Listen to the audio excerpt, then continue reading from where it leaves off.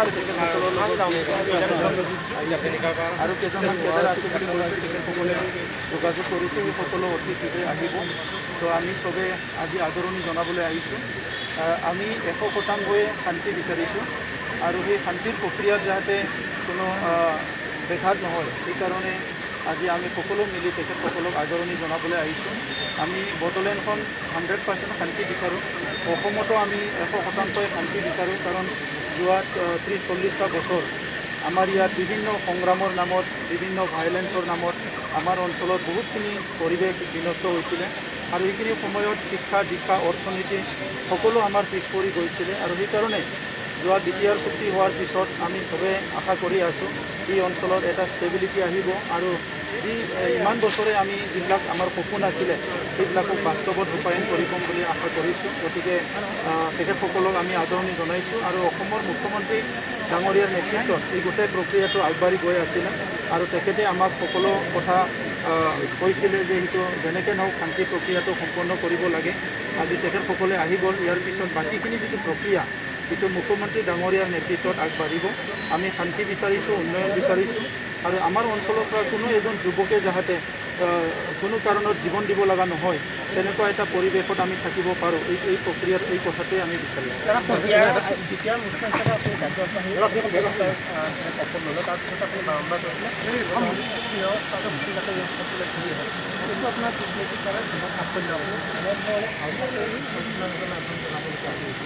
নিশ্চয় আমি বিচাৰিম মানে আজি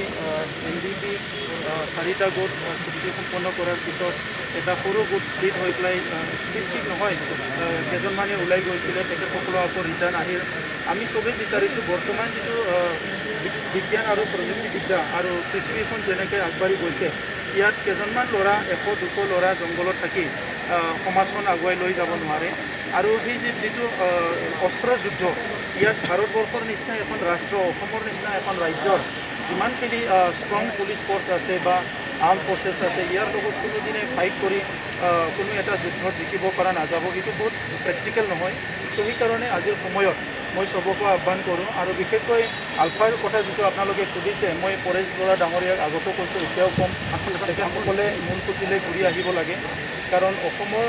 দীৰ্ঘদিনীয়া সংগ্ৰাম আমি সংগ্ৰামবোৰ সদায় ৰেচপেক্ট কৰোঁ কিন্তু কথা হৈছে কি এই সংগ্ৰামবিলাকৰ যদি বেলেঞ্চ শ্বীট এটা ওলাই চোৱা যায় তাত কিমানখিনি মৰিল কিমানখিনি বাচিল আৰু এই সংগ্ৰামবিলাকৰ দ্বাৰা আমাৰ কিমান লাভ হ'ল লছ হ'ল তেতিয়া প্ৰায় জিৰ'ৰ ফালে দেখা পোৱা যায় তো সেইকাৰণে আজিৰ বিশ্বায়নৰ যুগত সকলো সমাজত থাকি সুস্থিৰ এটা সমাজ গঢ়ি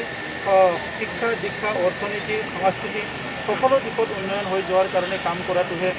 সবচে কমিচিন বুলি মই ভাবোঁ সেইকাৰণে মই আন্তৰিকতাৰে আহ্বান জনাওঁ পৰেশ বৰুৱা ডাঙৰীয়া আগবাঢ়ি আহিব লাগে অসমৰ বৰ্তমানৰ মুখ্যমন্ত্ৰী ডাঙৰীয়াই ইতিবাচকভাৱে সকলো কথা কৈ আছে আৰু তেখেতে নিজে খুব চিৰিয়াছ আৰু কমিটেড এই ক্ষেত্ৰত আৰু ভাৰত চৰকাৰৰ যিটো গৃহমন্ত্ৰী আছে অমিত শ্বাহ ডাঙৰীয়া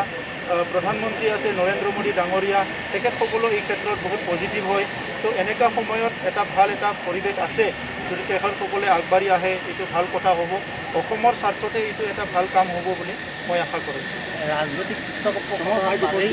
MLA জন্ম হ'ব বুলি বিজেপি নিৰ্বাচনৰ আগত বা এই অসম বিধানসভা নিৰ্বাচনৰ আগত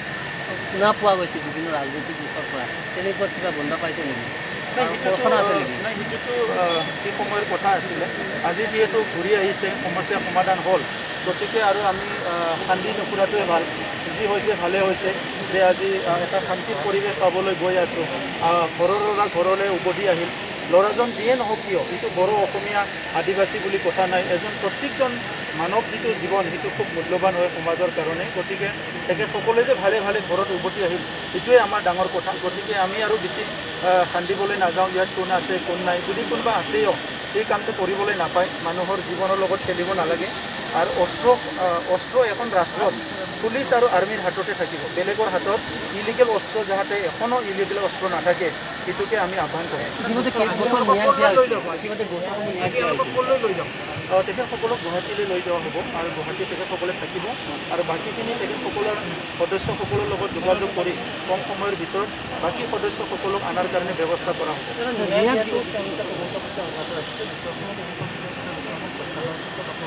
ইয়াৰ ওপৰত আলোচনা চলি আছে। আমি আহ্বান কৰি আছোঁ যে আমাৰ হয়তো 1-2 দিনত বহুতখিনি কেছ নিষ্পত্তি হ'ব। আমাৰ তাত যিটো তথ্য আহিছে অসম চৰকাৰৰ তৰফৰ পৰা, আৰু বাকী যিখিনি হাইনেষ্ট ক্ৰাইম ডাঙৰ ডাঙৰ কেছ ইয়াৰ ওপৰতো বিবেচনা কৰি আছে অসম চৰকাৰে। গতিকে এটা মীমাংসা আহিব, সমাধান আহিব, যিটো আমি আশা কৰিছোঁ। এইটো NIA হওক বা CBI হওক, যিহেতু এটা শান্তি চবেই বিচাৰোঁ আৰু শান্তিটো কোনোবাই আঁকোৱালি লৈছে বা ৰেচপেক্ট কৰিছে, তেনেকৈ ব্যক্তিবিলাকৰ ক্ষেত্ৰত এইটো অলপ হ'লেও ৰিলেক্সেশ্যন থাকিব, সেইটো আমি আশা কৰিছোঁ। ৰঞ্জন বেমাৰী মুকলি আকাশৰ তলত কেতিয়া আহিব? বড়ো ৰাইজে কিন্তু খুব কম সময়ৰ ভিতৰত তেখেতে হয়তো জেলৰ পৰা ওলাই আহিব। আমাৰ তাত তেনেকৈ আমি আলোচনা বিলোচনাত আমি খবৰ পাই আছোঁ, আৰু অসমৰ মুখ্যমন্ত্ৰী ডাঙৰীয়াও বিচাৰিছে যে তেখেতে বাহিৰলৈ আহক, সেইটো তেখেতেও বিচাৰিছে। সেইকাৰণে আমি আশা কৰিছোঁ যে তেখেতে কম দিনৰ ভিতৰতে হয়তো ওলাই আহিব।